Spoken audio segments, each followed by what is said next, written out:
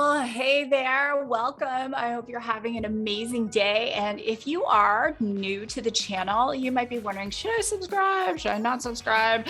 Well, the answer is if you have a business, you're thinking of starting a business, I want this to be your home because this is raw and real entrepreneurship where you get the unabashed truth about starting a business, growing a business, and how to handle challenges, not just from me, but from the awesome people that I interview. Today, I want to talk to you about don't take it personally. In business, it's tough. You can have haters, you can have doubters. One of the things that, we know to be true is that the more successful you become, the bigger the target that's on your back. And when you're feeling the most vulnerable, you're exhausted, you're perhaps, at a point, maybe just a vulnerability in the day, maybe you're hungry, maybe you're frustrated, maybe you've got other life stuff going on, it's very easy to internalize things and take it very personally. And so you can read all of the amazing books like Don't Sweat the Small Stuff and The Subtle Art of Giving a Burp. But the reality is when you're in the moment, sometimes it's easy to take it personally. So I want to give you 4 quick tips today on how not to take it personally so you can show up and be the adult that you are.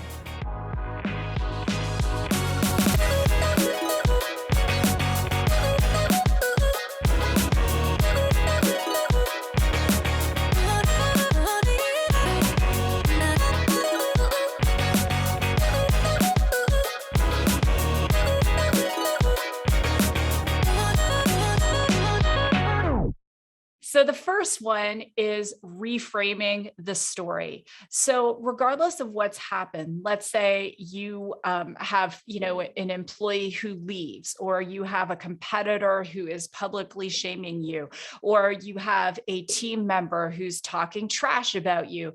Whatever it is, you can always reframe the story. And what I like to do is tell myself a different story. So one of the ways I'll reframe it is I'll say, maybe they're just having a bad day, or maybe they don't have all the facts, or maybe I'm interpreting this in a way that is not correct. Maybe I don't have all of the information I need to have. So how can you reframe it? And I even do this if I get cut off in traffic. I'll tell myself a story. Oh, it's someone rushing to the hospital to have a baby. And I know what you're thinking, like, Susan, that's crazy, but life is too short to go through it holding grudges. Bitterness is like a cancer for the soul. And one of the people I've had the privilege to interview is Captain Charlie Plum.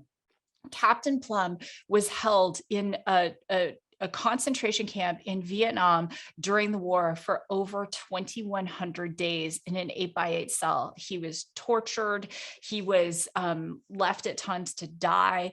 And not only did he manage to reframe that situation, he went on to forgive his captors.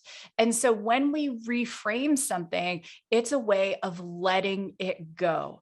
And so that's the first tip I want to give you. The second one is to ask yourself this question: how can I grow from this?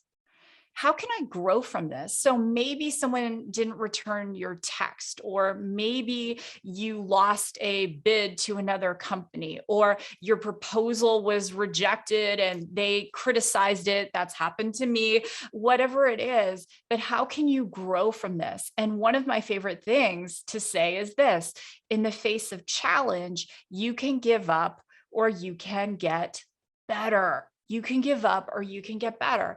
A lot of people have asked me, like, why are you back in school? Why are you studying at MIT?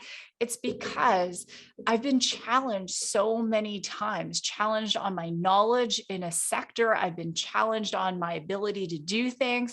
So MIT isn't about like, oh, look, I'm going to MIT. It's about what I'm learning at MIT to help refine me to get better so I can grow from these situations. And just because this is raw and real entrepreneurship, I have, in a very male dominated world and startups and tech, I have been in a situation where, I was rejected or spoken over because of my gender. And people have done it time and time again. And, and this isn't a slight against men, it's a slight against men who do that stuff. It's a slight against women who do it to other women.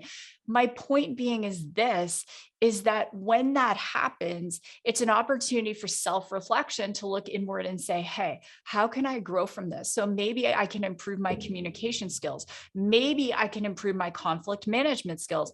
Maybe I need to learn more about what it is I'm doing so I stop playing and start producing. So there's always an opportunity to grow. And then number 3 is to ask yourself this question: what action should I take from a place of grace? It is very easy and very tempting when something happens in business to write a long email where you're going to prove that person wrong, or to send a text message back. And one of the things I always want you to remember is that a vast majority of texts and emails get forwarded. They get screenshotted, they get posted. So if you wouldn't want it on the cover of the New York Times, then don't reply with it. So one of the things you can do is say, okay, from a place of grace, how should I respond? And if you're not feeling pretty graceful, then walk away. Don't respond right away. Don't get into the ring with someone. Maybe what you need to do is go out, take a walk, move your body. And you've heard me say, if you want to change your psychology, you've got to change your physiology. So one of the things I'll do is I'll walk away. I'll go on the Peloton. I'll go for a run. I'll go do some weight training. I'll put on a meditation, anything to shift my physical body and breathe so I can be in a state of grace and respond instead of react. And we all have that ability because we have a whole range of consciousness that we can access at any time. I love, there's a commercial out there, and it's, the woman is, thinking about buying a house, and she's like, what does critical me say? What does procrastinator me say? And it's a great commercial. And part of that is it's funny because we all have that range of personalities, right? Just nod your head. Yes, you have those range. So there's cynical you, there's happy you, there's frustrated you. And so what does the person from the highest place of consciousness, love, compassion, grace, what does that person choose to do in the moment? And you can access that version of you at any time. Number 4, and the last tip is this: if this is a situation that you can't let go of, there has been a form of injustice. Someone has said something egregious to you. They have openly criticized you. They have done something.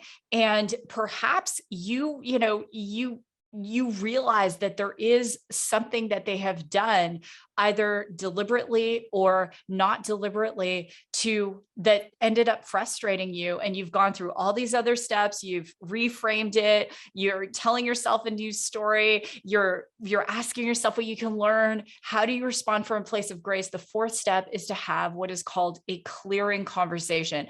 A clearing conversation isn't about you showing up with your boxing gloves and be like, I'm right, you're wrong, because that doesn't accomplish anything. No one likes to be told they're wrong, but it's showing up and having an adult conversation, not a teenage, I'm going back and forth on Snapchat and talking trash with you conversation. I'm talking about an adult conversation where you clear the air. And how does that go? Number 1 is you give the person the benefit of the doubt. Say, hey, I'm not sure if you realize this, but when we were in that meeting and I started to speak, you started speaking over me. And they might go, oh, I had no idea. I'm so sorry. Or I felt like an idiot after that. I should have said something. That's the best outcome.